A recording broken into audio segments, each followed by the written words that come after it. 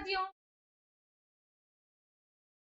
अपनी platform target with KCS में। तो साथियों आज हम बात करने जा रहे हैं संस्कृत के टॉप 30 क्वेश्चंस पर।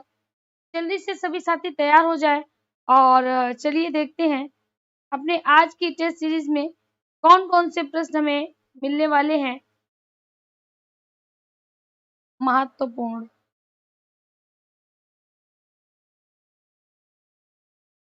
बिल्कुल बिल्कुल बिल्कुल, सभी का स्वागत है, सभी का अभिनंदन वंदन है।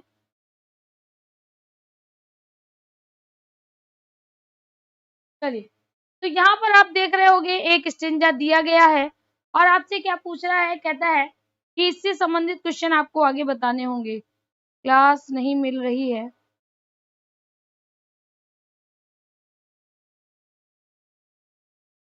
क्लास स्टार्ट हो चुकी है क्या? क्लास तो स्टार्ट हो चुकी है। चलिए देखिएगा, यहाँ पर कहता है अस्माकं देशे बहूनि तीर्थस्थानानि सन्ति तेषु वाराणसी अपि एक प्रसिद्धम तीर्थ स्थानम अस्ति। संस्कृत को सीखने के लिए संस्कृत पर फोर्स ना करें साथियों। अगर आपको संस्कृत सीखनी है तो सिर्फ उसकी हिंदी निकालने की कोशिश करें। आप ये ना सोचें संस्कृत कठिन है, आप ये सोचें कि आप सब कुछ कर सकते हैं। जिस दिन आप ये सोचने लगेंगे कि हम इंसान हैं और इंसान सब कुछ कर सकता है, उस दिन आपको यकीन मानिए कहीं से भी कोई भयभीत होने की आवश्यकता नहीं है। सबसे पहले हम यहाँ पर क्या देखते हैं, कहते हैं अस्माकं देशे, हमारे देश में बहुनी बहुत से तीर्थ स्थानानि तीर्थ स्थल संति हैं। तेषु उनमें से वाराणसी वाराणसी अपि भी एकम प्रसिद्धम तीर्थ स्थानम अस्ति, एक प्रसिद्ध तीर्थ स्थान है। इदम यह काशी नामनापि प्रसिद्धम, यह काशी नाम से प्रसिद्ध होता है, यानी ये काशी के नाम से भी प्रसिद्ध है। आगे क्या कहते हैं, एतत् यह पुण्य प्रदम प्राचीनम तीर्थ स्थानम वर्तते, यह पुण्य प्रदान करने वाला प्राचीन तीर्थ स्थल है। अनेकेषु अनेकेषु मतलब अनेकों, प्राचीन ग्रंथेषु प्राचीन ग्रंथ अस्य महिमा वर्णिता, इसकी महिमा का वर्णन करते हैं। स्कंद पुराण से स्कंद पुराण काशी खंडे अस्या वाराणस्या विस्तरेण वर्णनम विहितम, स्कंद पुराण में काशी खंड इस अस्या वाराणस्याम विस्तारम वर्णम विहितम, यानी स्कंद पुराण के काशी खंड में इस वाराणसी का विस्तार से वर्णन है। यम नगरी, यह नगरी गंगाया गंगा के पवित्र तट पर विराजमाना अस्ति विराजमान है। अत्र यहाँ विश्वनाथस्य प्रसिद्धम स्वर्ण चूर्णम मंदिरम अस्ति, यहाँ विश्वनाथ का प्रसिद्ध स्वर्ण चूर्णम यानी सोने का चूड़ा, जिसके जिसके मतलब जिसके सबसे ऊपर वाले स्थल में चूड़ा किसे कहते हैं, चूड़ा हमेशा सर पे होता है, यानी जिसको शिखर कहते हैं। तो इसके शिखर पर स्वर्ण चूड़ा है। मंदिरम अस्ति, मंदिर है। अन्यानि अपि, अन्यानि मतलब और, अपि भी बहुनी देवी मंदिराणि संति, यहाँ पर और भी बहुत से देवों के मंदिर हैं। चलिए पहला क्या कहता है, कहता है स्कंद पुराण से कस्मिन खंडे वाराणस्यायाम वर्णनम विहित, कह रहा है स्कंद पुराण के कस्मिन खंडे, किस खंड में वाराणसी का वर्णनम विहितम, वाराणसी का वर्णन विहित है।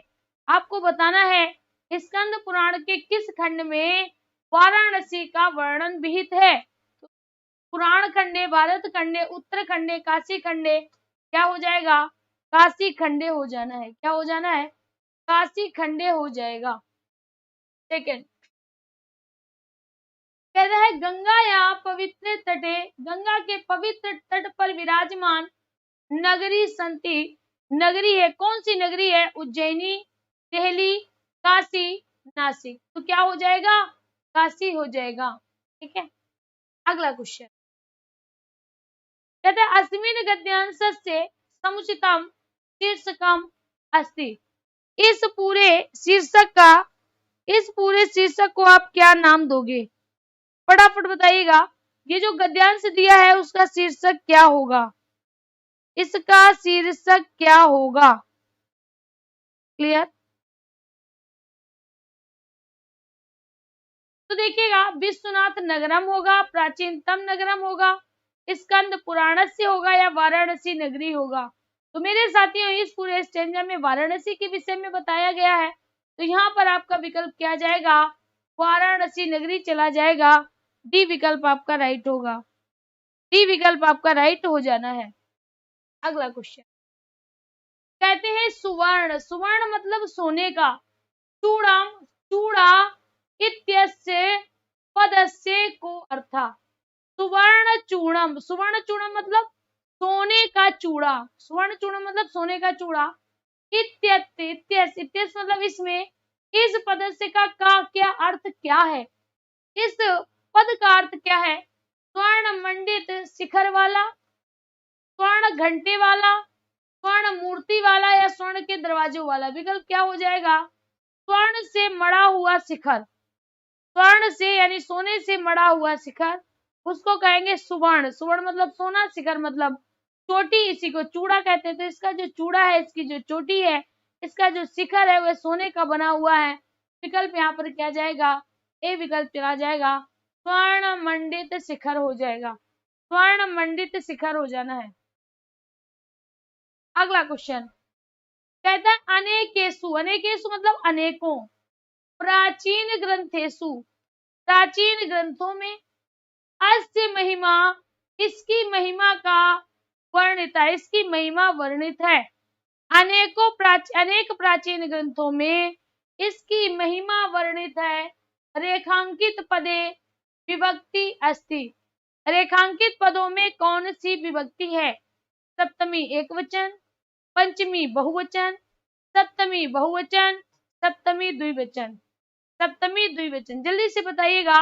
अनेकेषु प्राचीन ग्रंथेषु अस्य महिमा वर्णिता, इसकी महिमा का वर्णन है। यहाँ पर क्या हो जाएगा? यहाँ पर क्या होगा? जल्दी से बताइएगा। तो जैसे आपने देखा, अनेकेषु, अनेकेषु मतलब अनेकों, अनेकेषु मतलब अनेकों, ठीक है। ग्रंथेषु मतलब ग्रंथों में, अनेकों ग्रंथों में इसकी महिमा का वर्णन है। तो यहाँ पर जो अनेकेषु है, इसमें क्या लगा है? सु। और सु क्या बताता है? सप्तमी बहुवचन। क्या बताता है? सप्तमी बहुवचन बताता है। विकल्प क्या जाएगा? सी विकल्प चला जाएगा। क्या चला जाना है? सी विकल्प चला जाएगा। सी विकल्प हो जाएगा। अगला क्वेश्चन कहता है निम्नलिखित रूप दृश्य धातु के विधिलिंग लकार मध्यम पुरुष बहुवचन का है। ठीक है, कहता है निम्नलिखित रूप दृश्य धातु के विधिलिंग लकार मध्यम पुरुष बहुवचन का है। पश्येत, पश्येत, पश्येतम या पश्ये। तो जैसे आपने देखा दृश्य धातु विधिलिंग लकार, देखिएगा जैसे आता है विधिलिंग लकार, क्या आता है? विधिलिंग लकार आता है ना। तो विधिलिंग में जो रूप चलते हैं वो कैसे चलते हैं? वह साथियों चलते हैं पठेत, पठेताम, पठेयु, जैसे चलते हैं। यानी इसका प्रथम पुरुष, मध्यम पुरुष, उत्तम पुरुष। क्या कहा? पठेत, पठेताम, पठेयु, पठे, पठेतम, पठेत, पठे, पठेतम, पठेत। यहाँ पर क्या कहता है? कहता है दृश्य धातु के विधिलिंग लकार मध्यम पुरुष। पूरी में विधिलिंग लकार है, दृश्य धातु है, मध्यम पुरुष बहुवचन, मध्यम पुरुष बहुवचन, मध्यम पुरुष बहुवचन। तो पठ से क्या हो गया? पठ से हो गया पठ एक, क्या हो गया? पठेत हो गया। वैसे ही मेरे साथियों दृश्य है ना, दृश्य के धातु कैसे चलते हैं? पश्य से। तो पश्य का क्या हो जाएगा? पश्चेत। क्या हो जाएगा? पश्चेत हो जाएगा। विकल्प आपका क्या जाएगा? ए विकल्प चला जाएगा।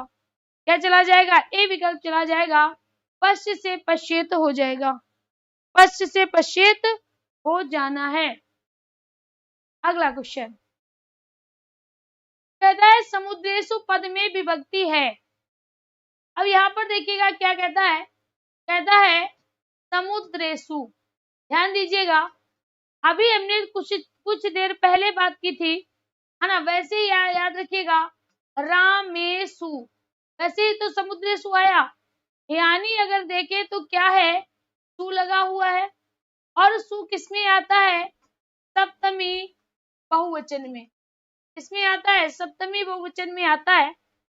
तो पहला कहता है सप्तमी बहुवचन, दूसरा कहता है प्रथमा बहुवचन, कहता है पंचमी बहुवचन, षष्ठी बहुवचन। विकल्प क्या जाएगा, सप्तमी बहुवचन चला जाएगा, ए विकल्प आपका राइट होगा।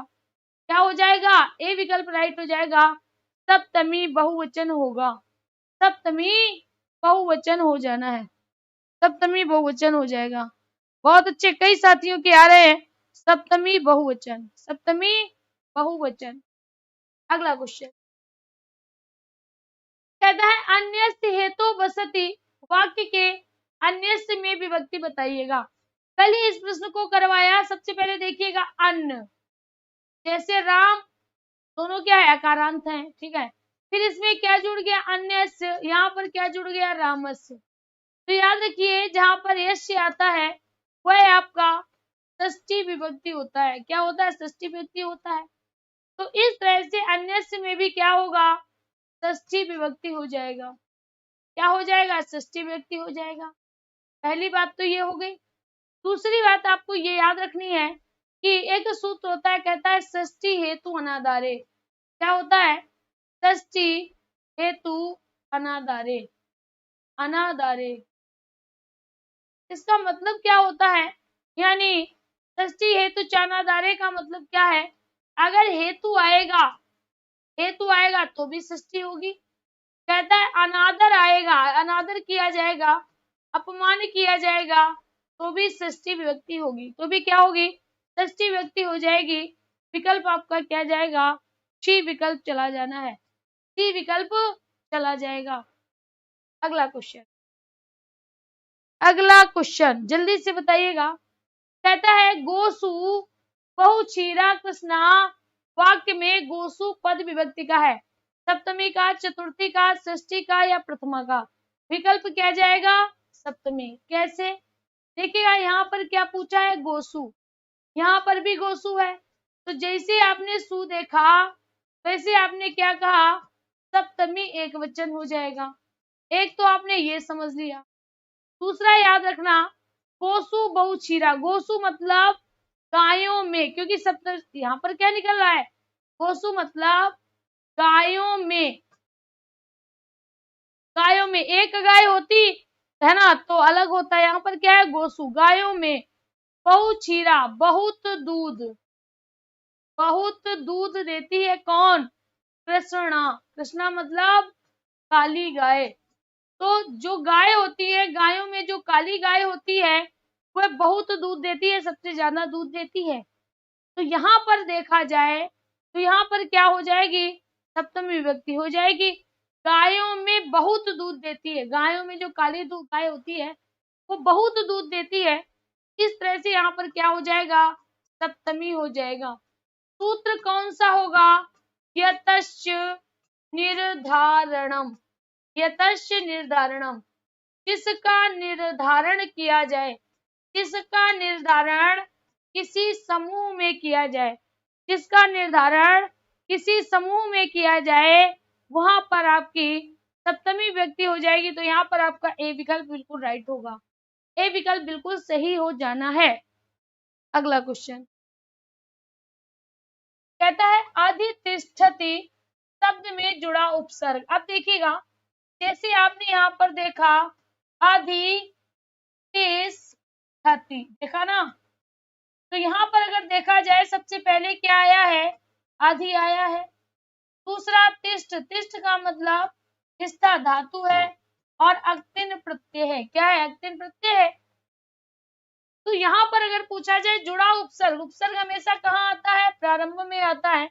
तो विकल्प क्या जाएगा, बी चला जाएगा, आदि आपका राइट होगा, आदि विकल्प आपका राइट हो जाना है।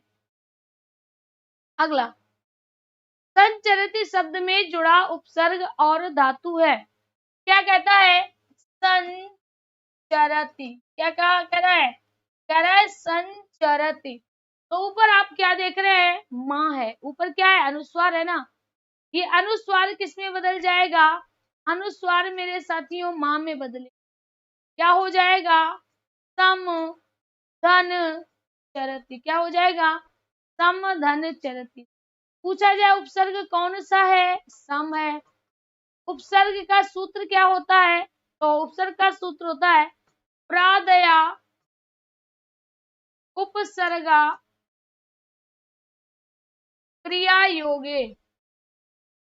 क्रिया योगे। प्रादया उपसर्गा क्रिया योगे। ठीक है। अगर पूछा जाए उपसर्गा कति, तो याद रखिए द्वयविंशति। कितने? द्वयविंशति। यानी जो उपसर्ग कितने होते हैं? 22 होते हैं। कितने होते हैं? 22 होते हैं। तो यहाँ पर आपका विकल्प क्या हो जाएगा? सम धन चर हो जाएगा। क्या हो जाएगा? सम धन चर हो जाएगा।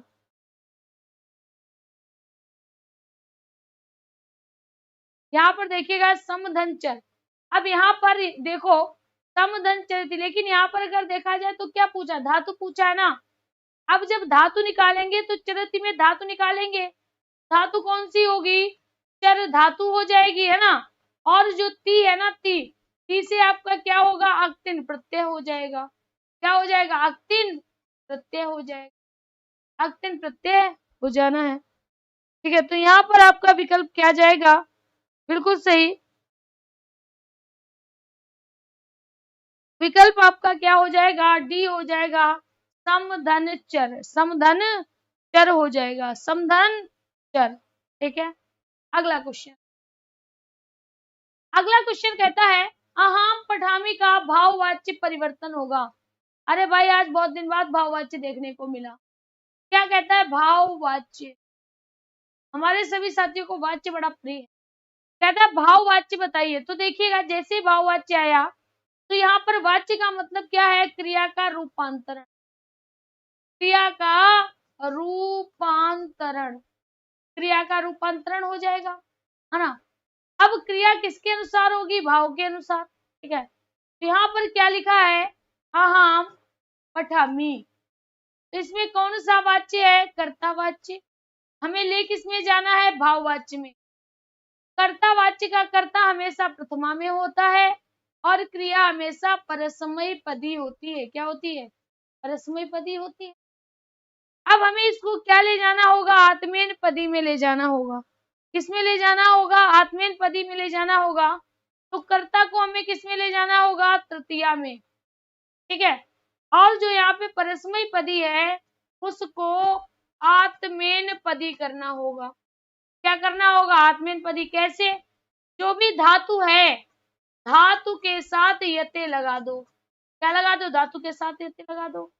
तो अहम को जब आप तृतीया में ले जाओगे, अहम आवाम मयम, माम आवाम अस्मान, मया, क्या हो जाएगा? मया हो जाएगा। ठीक है। और पठामी की मूल धातु क्या है? पट है ना। पट धातु है। इसमें क्या जोड़ना है? यते जोड़ना है। क्या हो जाएगा? पठ्यते। क्या हो जाएगा? पठ्यते हो जाएगा। मया पठ्यते हो जाना है।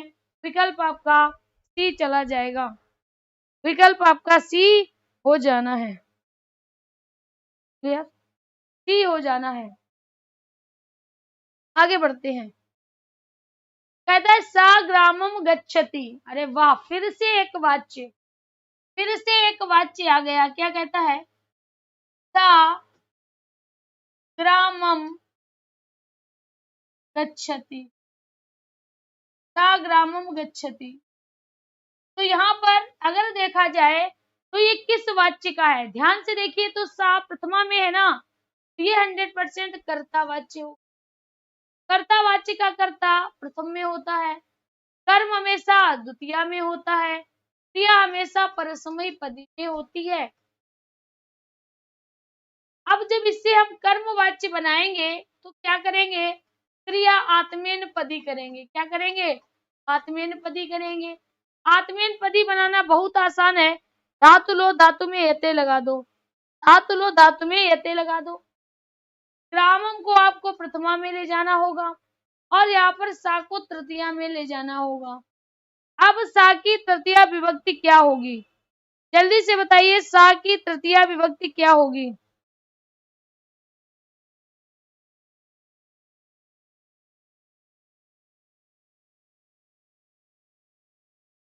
जल्दी से बताइएगा। तो यहाँ पर देखिएगा, अगर हम बात करें सा की, ता तौ ते तम तौ तान तेन ता तेन, तो यहाँ पर क्या होगा? तेन हो जाएगा। सा की तृतीया विभक्ति क्या होगी? तेन हो जाएगी। ग्रामम जो होगा, ग्रामम का ग्रामा नहीं होगा, ग्रामम हमेशा ग्रामम रहेगा, क्योंकि इसका प्रथमा भी ग्रामम होता है, इसका द्वितीय भी ग्रामम होता है। ठीक है। अब जो परस्मई पदी में थी गच्छति, गच्छति की मूल धातु क्या है? गम है। अगर हमें आत्मेन पदी बनाना है तो अब इसमें क्या जोड़ देना है? यते जोड़ देना है। तो क्या हो जाएगा? गम्यते हो जाएगा। क्या हो जाएगा? गम्यते हो जाएगा। तो तेन ग्रामम गम्यते, तेन ग्रामम गम्यते, डी विकल्प आपका राइट हो जाना है। क्लियर?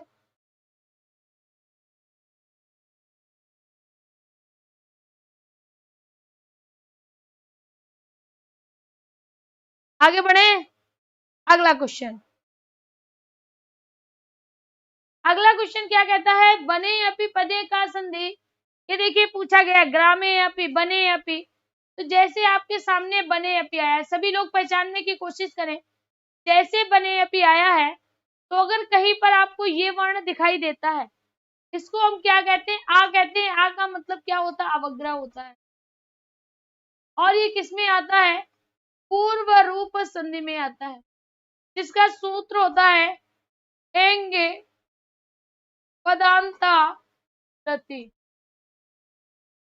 कहता है एंग आना चाहिए पद के अंत में। कहता है जब पद के अंत में, यहां पर देखिएगा, कहता है पद के अंत में, पद के अंत में एंग आया हो, एंग का मतलब ए या ओ आया हो, और बाद में अगर आ आया हो, तो इसी आ का अवग्रह हो जाता है। देखिएगा यहाँ पर पहला क्या होगा? बने रहा होगा। मेल किससे हुआ होगा? आ, अपी में आ से हुआ होगा। इस प्रकार से यहाँ पर अवग्रह में बदल गया। तो विकल्प क्या हो जाएगा? पूर्व रूप संधि हो जाएगी। बी विकल्प आपका राइट होगा। बी विकल्प आपका राइट हो जाएगा। क्लियर?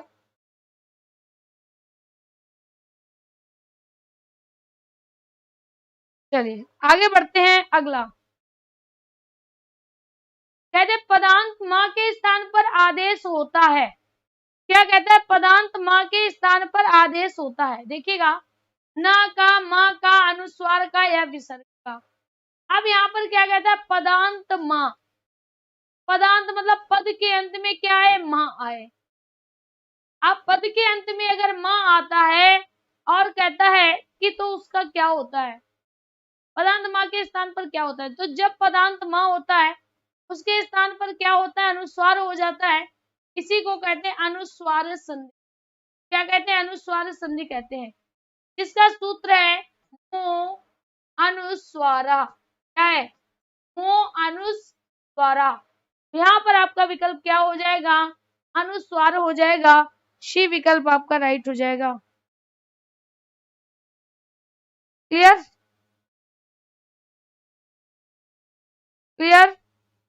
मो अनुस्वारा हो जाएगा। आगे बढ़ते हैं। अगला क्वेश्चन कहता है ल्युट प्रत्यय से उदाहरणम अस्ति। यहाँ पर क्या कहता है? ल्युट प्रत्यय से। ल्युट प्रत्यय से मतलब ल्युट प्रत्यय। अब देखिएगा, ल्युट प्रत्यय जो होता है, ल्युट प्रत्यय में ला की इत संज्ञा हो जाती है और टा की भी इत संज्ञा हो जाती है। यानी ला और टा का लोप हो जाता है। ला का भी लोप हो जाएगा और टा का भी लोप हो जाएगा। अब बचा क्या? युवार नाकव। यू बचा ना? क्या बचा? यू बचा। क्या बचा? यू बचा। यू का युवार नाकव से, यू का युवार नाकव से अनम हो जाता है। क्या हो जाता है? अनम। अब यहाँ पर देखिएगा, सबसे पहले कर्ता होना नहीं है। लिख में अन, अन कब आता है? सत्र से आता है। अत अन अंति, सत्र से क्या आता है? अत आएगा, अन आएगा और अंति आएगा। क्लियर? फिर करणम, क्रा में अनम, यानी जब ल्युट जोड़ेंगे तो करणम हो जाएगा। जब यहाँ पर पठ में जब अनियर प्रत्यय जोड़ेंगे तो पठ नियम हो जाना है। विकल्प क्या जाएगा? पी चला जाएगा, करणम हो जाएगा। क्या हो जाएगा? करणम हो जाएगा। ठीक है, क्लियर? सभी का आंसर आ रहा है 16 का बी। वेरी गुड, बी विकल्प आपका राइट होगा। अगला क्वेश्चन कहता है श्रीमान इति शब्दम, श्रीमान शब्द में प्रत्यय अस्ति, कौन सा प्रत्यय है? मतुप सत्र ल्युट अक्तिन, अक्तिन जोड़ोगे तो ती होगा। क्या होगा? ती होगा। ल्युट जोड़ोगे तो अनम होगा, जिनमें नम आपको दिखाई देगा। सत्र जोड़ोगे तो अत शेष रहता है, अन और अंति भी जुड़ता है। अगर मतुप की बात करें तो मतुप में पान, पति, पत और मान, मति, मत जुड़ता है। तो यहाँ पर देखिएगा क्या कहता है? श्रीमान, श्री में जुड़ा श्रीमान। अगर लेडीज होती श्रीमती और अगर नपुंसक लिंग होता श्रीमद।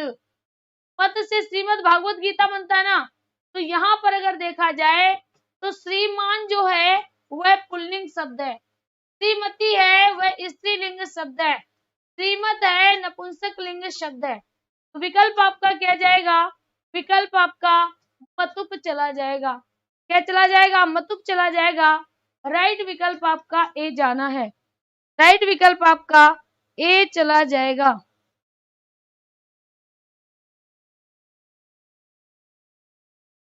आगे बढ़ते हैं।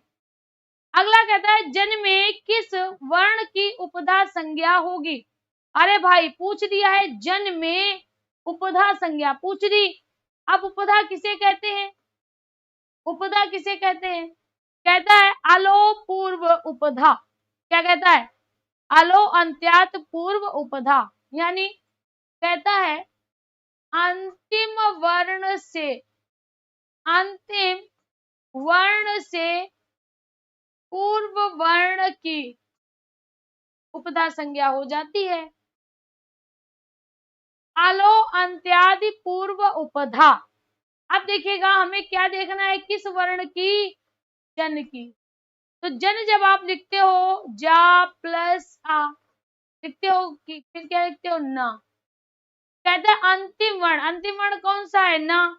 इससे पहले वाला क्या है? आ। तो याद रखना आ की उपधा हो जाएगी। आ की क्या हो जाएगी? उपधा हो जाएगी। आ की क्या होगी? उपधा हो जाएगी। विकल्प आपका क्या जाएगा? बी चला जाएगा। वी विकल्प आपका राइट होगा। वी विकल्प आपका राइट हो जाना है। आ वर्ण की उपधा हो जानी है। आ वर्ण की उपधा हो जाएगी। अगला क्वेश्चन कहता है अनुनासिक संज्ञा किस वर्ण की होती है? अनुनासिक संज्ञा, अनुनासिक संज्ञा, जैसे अनुनासिक संज्ञा आया, अनुनासिक संज्ञा का सूत्र क्या होता है? मुख, नासिका, वचनों, अनुनासिका। अनुनासिका देखिएगा कहता है मुख, मुख मतलब मुंह से और नासिका मतलब नाक से। मुंह और नाक से, मुंह और नाक से बोले जाने वाले वचन अनुनासिक कहलाते हैं। मुंह और नाक से बोले जाने वाले वचन अनुनासिक कहलाते हैं। इसमें प्रत्येक वर्ग का पंचम वर्ण, प्रत्येक वर्ग का पंचम वर्ण होगा। प्रत्येक वर्ग का पंचम वर्ण होगा। इंग्या होगा, वहां होगा, ड़ा होगा, ना होगा और माँ होगा। इसके अलावा अंग हो जाएगा। देखिएगा यहाँ पर क्या कहता है? वहां होगा, होगा, ना होगा, माँ होगा, सभी हो जाएगा। डी विकल्प आपका राइट होना है। डी विकल्प आपका राइट हो जाएगा।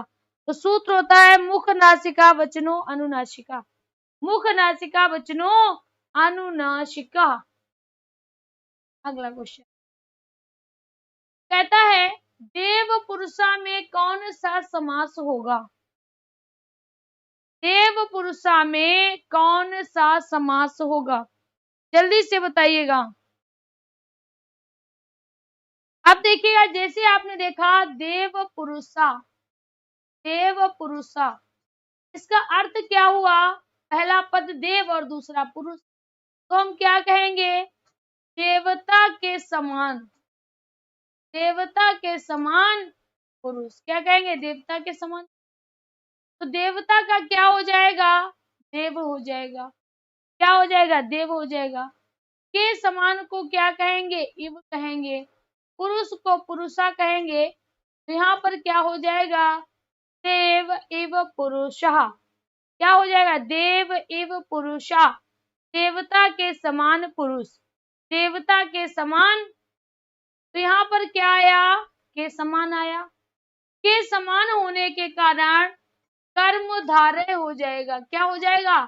कर्मधारय हो जाएगा। यहाँ पर उपमेय उपमान की, उपमेय उपमान का वर्णन है। किसका?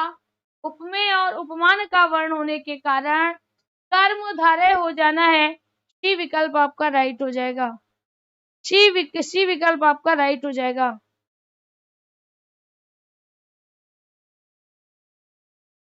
क्लियर? समझ में आया? आगे बढ़ते हैं। अगला कहता है मुनि श्रेष्ठ पद में कौन सा समास होगा? अव्ययीभाव, बहुब्रीहि, कर्मधारय, तत्पुरुष। पहले यहाँ पर लिख ले मुनि श्रेष्ठ। मुनि श्रेष्ठ मतलब क्या है? मुनि श्रेष्ठ, मुनि जो श्रेष्ठ है, यानी हम कह सकते हैं मुनियों में श्रेष्ठ। क्या हो जाएगा? मुनियों में श्रेष्ठ। कवि श्रेष्ठ मतलब कवियों में श्रेष्ठ। कवि श्रेष्ठ मतलब कवियों में श्रेष्ठ। अब यहाँ पर क्या आया? में आया। में क्या है? विभक्ति चिन्ह है। में क्या है? विभक्ति चिन्ह है। देखिएगा, सबसे पहले क्या कहता है? क्या अव्यय है? नहीं है। क्या तीसरा पद है? नहीं है। क्या कर्मधारय विशेषण विशेष्य है? नहीं है। विकल्प क्या जाएगा? तत्पुरुष जाएगा। क्या जाएगा? तत्पुरुष चला जाना है। अब यहाँ पर अगर देखा जाए तो यहाँ पर क्या हो जाएगा? मुनीषु, मुनीषु श्रेष्ठा। क्या हो जाएगा? मुनि से श्रेष्ठा। अगर पूछा जाए कौन सी विभक्ति होगी, तो सप्तमी विभक्ति तो होगी। जैसे अभी हमने विभक्ति कराई थी ना, विभक्ति कराई थी, गोसु बहुचीरा कराया था ना, तो गायों में काली गाय, गोसु बहुचीरा मतलब गायों में काली गाय। यहाँ मुनियों में जो श्रेष्ठ मुनि होगा वही तो मुनीषु श्रेष्ठा होगा। सूत्र कौन सा आएगा? यतश्च निर्धारणम, यतश्च निर्धारणम। विकल्प क्या जाएगा? तत्पुरुष चला जाएगा। डी विकल्प आपका राइट होगा। डी विकल्प आपका राइट हो जाना है। तो यार आगे बढ़ते हैं। कहता है अंग और आह वर्ण की संज्ञा है। अब देखिए क्या कहता है? कहता है अंग व आह। तो अंग और आह दोनों के दोनों क्या है? अयोग वह है। क्या है? अयोग वह है। कहता है दीर्घ है, गुण है, अयोग वह है, वृद्धि है। सी विकल्प जाएगा। अगला क्वेश्चन, आकार में कितने भेद होते हैं? 12, 10, 18, 2। विकल्प क्या जाएगा? सी। देखिएगा, अगर हम बात करें स्वर, स्वर को मात्रा के अनुसार देखा जाए तो एक तो आते हैं ह्रस्व स्वर और दूसरे आते हैं दीर्घ स्वर। ह्रस्व स्वर में आ, ई, उ, री, इनको 18 तरह से लिखा जा सकता है, जबकि ला को सिर्फ और सिर्फ 12 तरह से लिख सकते हैं। दीर्घ स्वर में ए, आई, ओ, औ, इसको सिर्फ और सिर्फ 12 तरह से लिख सकते हैं। तो यहाँ पर आपका विकल्प क्या जाना है? सी चला जाएगा। 18 हो जाएगा। क्या हो जाएगा? 18 हो जाएगा। क्लियर? किसी कोई दिक्कत? आगे बढ़ते हैं। अगला क्वेश्चन कहता है अच प्रत्याहार के अंतर्गत आने वाला वर्ण है। क्या कहता है? अच प्रत्याहार के अंतर्गत कौन सा वर्ण आता है? अच प्रत्याहार के अंतर्गत कौन सा वर्ण आता है?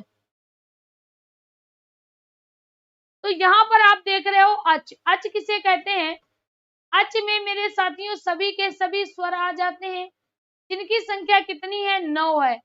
अगर पूछा जाए सूत्र कितने आते हैं तो 4। देखिएगा, पहला आई उड़, पहला सूत्र। दूसरा री लक, दूसरा सूत्र।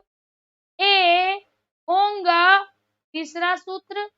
और अ औच, चौथा सूत्र। तो कितने सूत्र आते हैं? 4 सूत्र आते हैं। आई उड़, री ल के, औंग ऐ औच, आ से लेकर चा तक। विकल्प क्या जाएगा? विकल्प मेरे साथियों डी राइट होगा, क्योंकि यहाँ पर 3 3 6 एक साथ हैं, यहाँ पर 3 3 6 3 9 है। डी विकल्प आपका राइट हो जाएगा। डी विकल्प आपका राइट हो जाना है। क्लियर? आगे बढ़ते हैं। अगला क्वेश्चन कहता है अभ्यांतर प्रयत्न कितने प्रकार के होते हैं? 4 5 6 7। जल्दी से बताइएगा। अभ्यांतर प्रयत्न, अभ्यांतर प्रयत्न।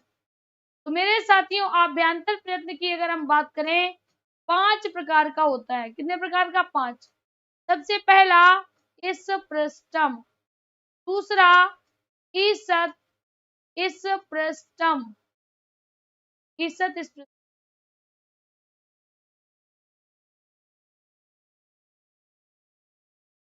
ईसत इस पृष्ठम, ठीक है।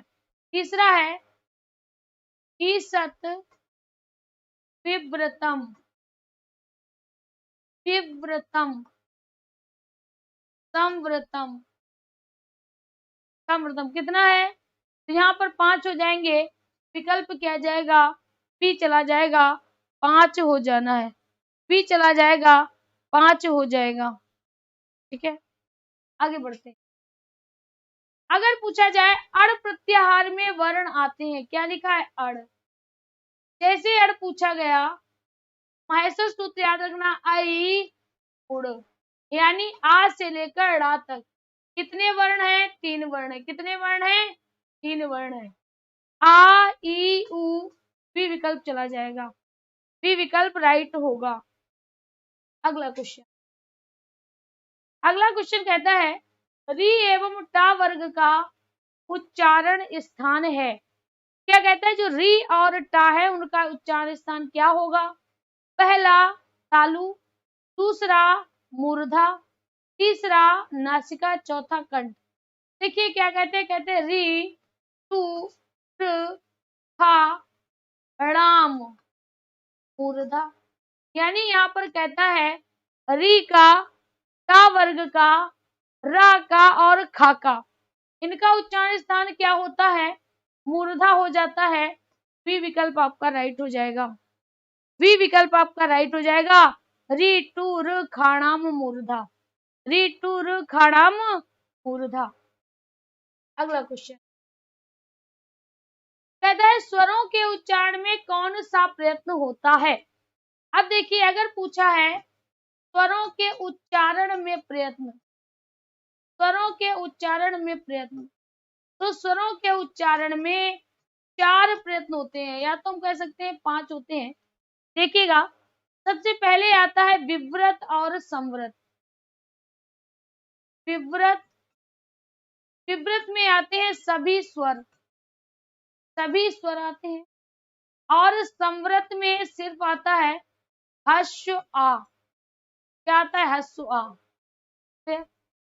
दूसरा, लेकिन ये किसके होते हैं? ये अभ्यांतर प्रयत्न में आते हैं, ये अभ्यांतर प्रयत्न के हैं। अगर हम देखें बाह्य प्रयत्न में, बाह्य प्रयत्न के 3 स्वरों के प्रकार होते हैं। कौन कौन से? सबसे पहला उदात्त, दूसरा अनुदात्त और तीसरा स्वरित, तीसरा स्वरित। तो याद रखिएगा अगर पूछा जाए अभ्यांतर प्रयत्नों में स्वरों का उच्चारण स्थान कौन सा है, तो या तो विव्रत होगा या संवृत होगा। ठीक है। अब अगर बाह्य प्रयत्न में पूछा जाए तो उदात्त, अनुदात्त और स्वरित होगा। अब देखिएगा इस पृष्ठम में का से लेकर मा तक, ठीक है। ईसत विव्रत में शाखा शाहा, ईसत इस पृष्ठम में या रा ला वा, विकल्प क्या होगा? विव्रत। विकल्प क्या होगा? विव्रत। सभी स्वर कैसे होते हैं? सभी स्वर विव्रत होते हैं। विकल्प आपका क्या जाना है? टी चला जाएगा। विकल्प क्या जाएगा? टी चला जाएगा, विव्रत हो जाएगा, विव्रत हो जाना है। बहुत अच्छे। देखिएगा लगातार जो साथी जुड़े हुए हैं, है ना, वो सभी के सभी आंसर में लिप्त हैं। अच्छा लगता है। देखिएगा अभी आप पढ़ लें, जैसे क्लास खत्म होती है वैसे बतिया लेना, कोई दिक्कत नहीं। क्लास के टाइम बातें शोभा नहीं देती हैं। कहता है यत्र तत्र कुत्र यत्र नार्यस्तु पूज्यन्ते, यत्र मतलब जहां, रमन्ते तत्र देवता, तत्र मतलब वहां, यत्र मतलब जहां, तत्र मतलब वहां, कुत्र का मतलब कहां। कहते हैं ये कैसे अव्यय है? कालवाचक, रीतिवाचक, प्रकीर्णक, मनोविकार और ई याद रखिएगा स्थानवाचक, स्थानवाचक। तो मेरे साथियों यहाँ पर कोई समय नहीं है, काल का मतलब समय होता है, समय नहीं बताया गया है। दूसरा कहता है रीतिवाचक, क्या यहाँ पर कहीं रीति बताई गई है? तो यहाँ पर रीति भी नहीं बताई गई है। कहता है प्रकीर्णक, प्रकीर्णक मतलब मिला हुआ, प्रकीर्णक मतलब मिला हुआ। कहता है मनोविकार, मनोविकार नहीं है। विकल्प क्या जाएगा? स्थानवाचक चला जाएगा। क्या होगा? स्थानवाचक चला जाना है। ठीक है, बहुत बढ़िया। आगे बढ़ते हैं। कहता है चतुर्धिकम शतम संख्या है, चतुर्धिकम शतम। अब देखिएगा क्या कहता है? चतुर, चतुर मतलब चार, यहाँ पर होगा अधिकम, अधिकम मतलब अधिक, शतम मतलब 100 में, 4 अधिक 100 में, 4 अधिक 100 में तो क्या हो जाएगा? 104 हो जाएगा। ए विकल्प हो जाना है। तो यहाँ पर अगर पूछा जाए चतुर्धिकम शतम किसे कहते हैं? 104 को कहते हैं। किसको कहते हैं? 104 को कहते हैं।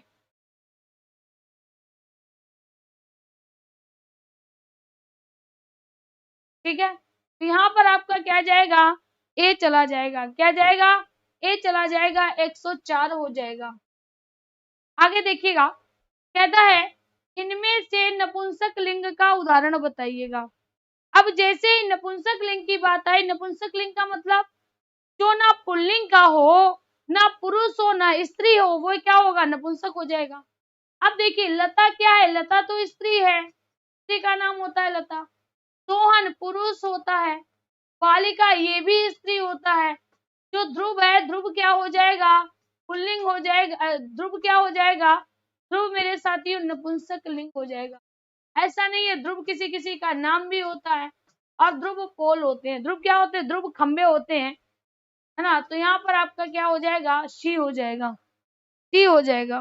ठीक है, चलिए आगे बढ़ते हैं। अगला क्वेश्चन। तो मेरे साथियों आज की सीरीज में प्रश्नों की श्रृंखला यहीं तक थी। मिलते हैं कल फिर से इसी समय इसी चैनल पर एक और नई क्लास के साथ। तब तक के लिए दीजिए इजाजत। धन्यवाद। हाँ, अभी आने वाले समय में, अभी हम कमेंट आपके पढ़ रहे थे, तो हमारे कई साथियों को दिक्कत आती है शब्द रूप और धातु रूप। जल्दी आपके लिए एक शॉर्ट वीडियोस लेकर आएंगे इसमें, जिससे कि आपको लकार याद करने में आसानी होगी। तो आज के लिए इतना ही। आप सभी का दिल से धन्यवाद। Thank you. वीडियो को लाइक और शेयर अवश्य करें।